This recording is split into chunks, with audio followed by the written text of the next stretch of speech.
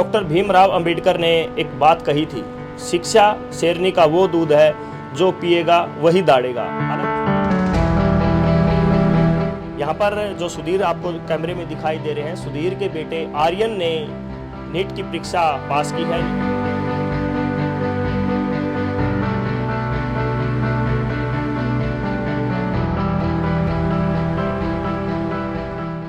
नमस्कार, मैं अमनदीप पिलानिया और आप देख रहे हैं पंजाब केसरी टीवी।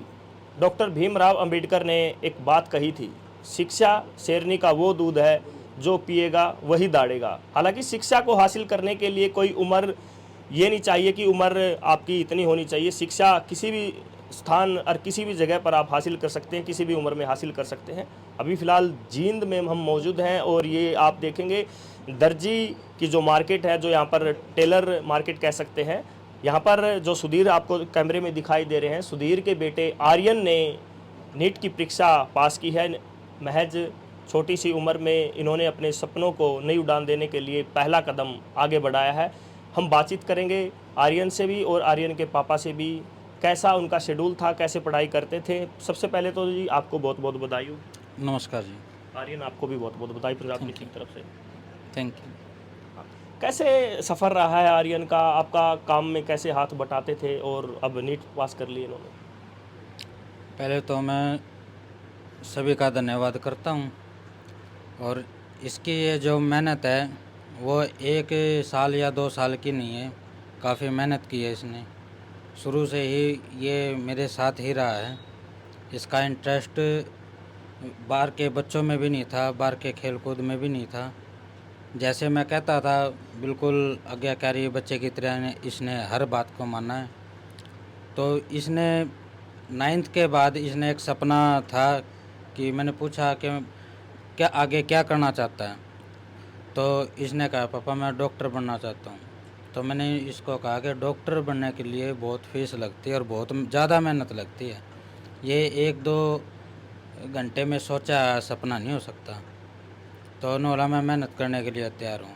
मैं मेहनत करने के लिए तैयार है तो फिर ऊपर वाले पे छोड़ देते हैं, तो मेहनत कर, आगे जो होगा देखी जाएगी। इसने 10वीं में आने के बाद इसने खूब मेहनत की है। पढ़ाई का इसने ये लगा लो 10 घंटे 12 घंटे जब ये पढ़ता था तो मैं ये पूछता था कि भाई थक जाता है तो इतनी देर इतने घंटे पढ़ता है, आराम कर लिया कर। मगर मैं थकता नहीं हूँ। तो ये बात कहता था तो मेरे को भी हौसला मिलता था, बच्चा 12 घंटे पढ़ने के बाद थकता नहीं है। तो मेरे को भी नज़र आता था, जो सपना ये बताता था मेरे को उसी टाइम नज़र आता था कि ये सपना साकार कर सकता है। तो मैं भी इसी लाइन में सोचता चला गया कि कैसे क्या होगा। वैसे मैं ज़्यादा पढ़ा लिखा नहीं हूँ, जो मैं इस चीज़ के बारे में जानता हूँ कैसे करेंगे, लेकिन जो पढ़े लिखे थे मैंने उनसे राय ली, उनसे पूछता था कैसे कैसे है। तो उन्होंने जैसे जैसे मेरे को गाइड किया मैं इनको गाइड करता चला गया। तो 11वीं 12वीं हमने यानी एकेडमी से की है। अच्छी एकेडमी थी, उसने खूब मेहनत की इस बच्चे पे, इसने भी खूब मेहनत की। तो कौन सा रैंक हासिल किया इन्होंने? इसने कैटेगरी वाइज 2000 रैंक हासिल किया है। उम्र की बात करें तो बच्चा अभी +2 इन्होंने पास की है। इस उम्र में बच्चे बिगड़ते भी हैं काफ़ी, मतलब बाहर की चीज़ों में ज़्यादा ध्यान रहता है। काम काज में कितनी मदद करता था ये? काम काज में जी मैंने इसको फुल टाइम तो है ना 12वीं तक भी इसको फुल टाइम पढ़ने का मौका नहीं दे पाया। मैं दिया नहीं है, मैं दे नहीं पाया क्योंकि मेरी आर्थिक हालत भी कोई ख़ास नहीं थी। क्योंकि जो लॉकडाउन हुआ था उसके बाद मैं अभी तक भी नहीं संभल पा रहा हूँ। तो आर्थिक हालत ख़राब होने के साथ इसने मेरे को 9th में लॉकडाउन था, जब ये 9th में था तो उसी टाइम से ये मेरे साथ काम करने लग गया था। काम जानते भी हैं? हाँ बिल्कुल। ये लॉकडाउन में घर बैठे थे तो घर पे कपड़े बनाता था, मैं अपने बनाता था, इनके बनाता था। तो इसको शौक़ था कि भाई मैं भी करूं, जबकि मैं ये कहता था कि तेरे को क्या ज़रूरत है। लेकिन इसने ना करते करते भी, यानी कुछ उस टाइम मास्क बनाते थे, मास्क बनाने लग गया बिना बताए भी। बिना बताए मास्क बना लिया तो थोड़ा थोड़ा मैंने बताना शुरू कर दिया। जो बात मैंने एक बार बताई दोबारा बताने की ज़रूरत ही नहीं पड़ी। तो ये जल्दी ही कवर कर गया। पैंट शर्ट कुर्ते पजामे सभी चीज़ बना लेता है ये। पुश्तैनी काम है आपका ये? नहीं जी, पुश्तैनी काम नहीं है मेरा। पहले मेरा भाई करता था, उससे मैं सीखा। फिर मैं 2000 में काम करने लगा था। 25 साल मेरे को भी हो गए ये काम करते। पुश्तैनी काम तो नहीं है। आर्यन, आपने नीट परीक्षा पास की है, तो किसे आप श्रेय देना चाहेंगे इस योगदान में? किसका समर्थन ज़्यादा रहा? सबसे पहले मैं श्रेय अपने पिता को, अपनी माता को, अपने घर वालों को दूंगा, क्योंकि अगर सही मायने में कहे जाए तो इन्हीं के संस्कार रहे हैं, इन्होंने मुझे पढ़ाया है, जिस वजह से मैं इतना कुछ कर पाया हूँ। इन्होंने मुझे अच्छे स्कूल, अच्छे एकेडमी, अच्छी जगह पढ़ाया है।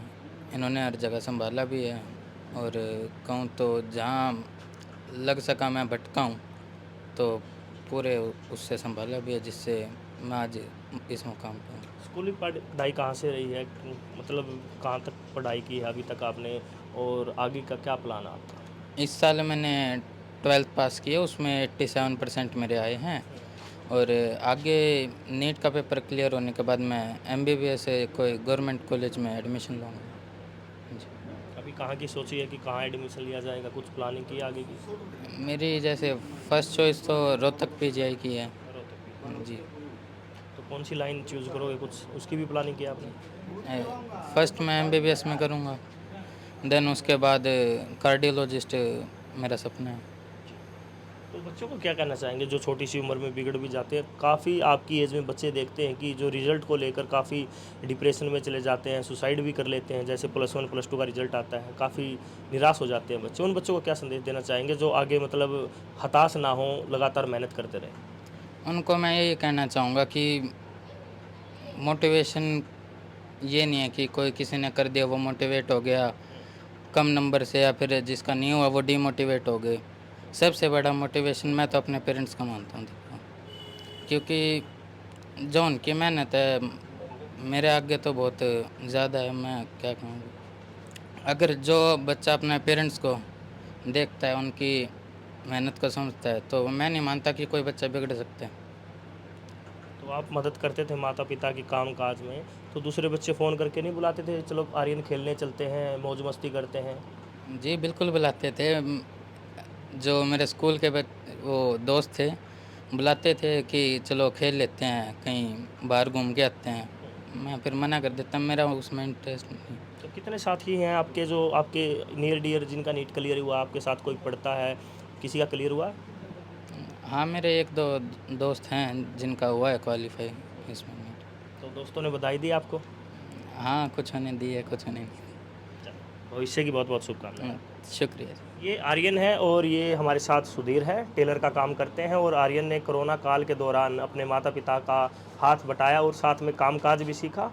ये उन बच्चों के लिए संदेश है जो कहते हैं पैसे के बिना कुछ नहीं हो सकता। हम बात करें तो गरीबी में भी परिवार साथ दे तो बच्चा कुछ भी कर सकता है। अनेकों उदाहरण देश में सामने आते हैं। भट्ठा मजदूरों के बेटे भी कहीं ना कहीं नीट का एग्ज़ाम क्लियर करते हैं, UPSC क्लियर करते हैं। आर्यन उन युवाओं के लिए संदेश है जो डिप्रेशन में चले जाते हैं, चंद नंबरों के कारण कहीं ना कहीं निराश हो जाते हैं। उनके पेरेंट्स बच्चों को कहीं ना कहीं एक नंबर लाने के लिए दबाव बनाते हैं। आर्यन ने छोटी सी उम्र में एक अजूबा ही कह सकते हैं कि एक छोटी सी उम्र में और बच्चों के लिए एक संदेश दिया है, और कहीं ना कहीं एक नाम रोशन इलाके का भी किया है और माता पिता का भी किया है। जींद से पंजाब केसरी के लिए मैं मनदीप पिलानिया।